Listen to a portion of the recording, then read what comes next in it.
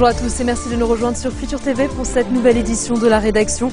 Voici les titres de ce journal. Naufrage en Indonésie, la délégation libanaise est arrivée à Jakarta. Sa mission, rapatrier les 18 survivants et identifier les corps des 24 victimes. 21 personnes sont toujours portées disparues 6 jours après le drame.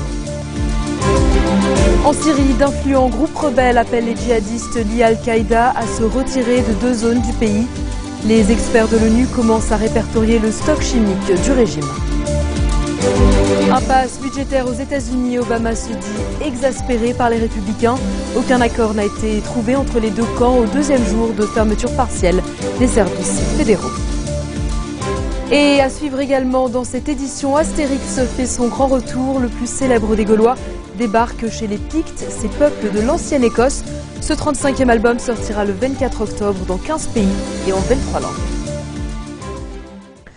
Tout d'abord, le point sur le naufrage du navire au large de l'Indonésie vendredi dernier. La délégation libanaise chargée du dossier est arrivée cet après-midi à Jakarta. Présidée par le ministre de la Jeunesse et des Sports, Ahmad Kadame, elle est chargée de rapatrier les 18 Libanais qui ont survécu au naufrage. Le drame s'est produit lors d'un voyage clandestin vers l'Australie, lieu de destination de 70 Libanais qui tentaient d'accéder illégalement à l'île de Christmas à bord d'une embarcation de fortune. L'incident a fait plusieurs morts, dont 24 personnes déjà identifiées, originaires du Dakar et de Tripoli. 21 autres personnes sont portées disparues à ce jour. La délégation a également pour tâche de superviser les examens requis pour la reconnaissance des corps retrouvés. Michel Sleiman a reçu ce jeudi une délégation de la Banque mondiale menée par Inger Anderson, vice-présidente du département Moyen-Orient, Afrique du Nord. Le chef de l'État a salué les mesures que l'institution financière s'apprête à adopter pour venir en aide au Liban. Il a mis l'accent sur la rapidité sans précédent de la Banque mondiale, rapidité avec laquelle elle a achevé le rapport sur les répercussions de la crise syrienne sur la situation économique et sociale du Liban. Anderson a pour sa part indiqué que l'institution explore tous les moyens susceptibles d'accroître l'aide internationale.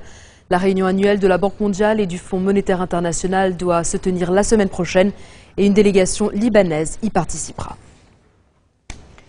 Sur le plan sécuritaire, une tentative d'introduire des matières explosives à la prison de Roumieh a été avortée par les forces de sécurité.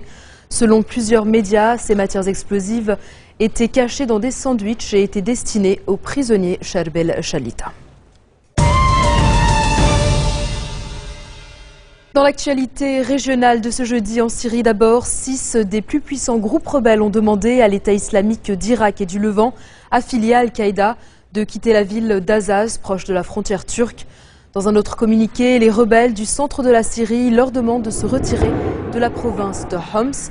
Ces demandes interviennent après des combats entre les djihadistes et la brigade de la Tempête du Nord, une brigade liée à l'armée syrienne libre qui réclame un cessez-le-feu immédiat.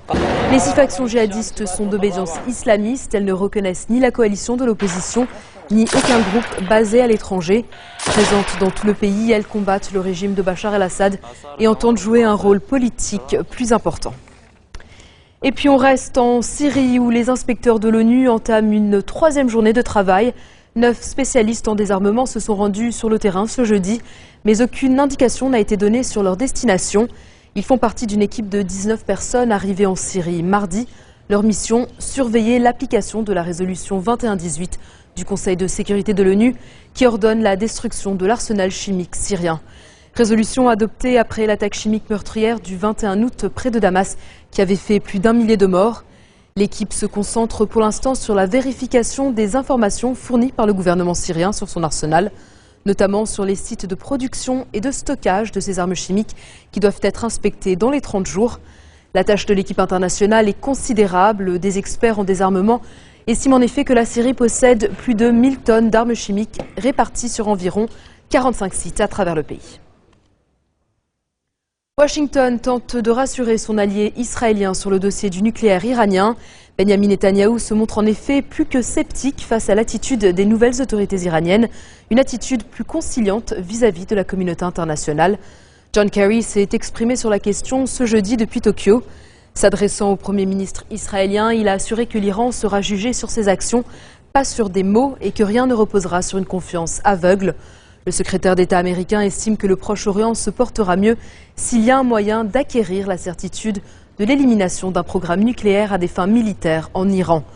Le nouveau président iranien Hassan Rouhani a développé une rhétorique nettement moins belliqueuse que son prédécesseur.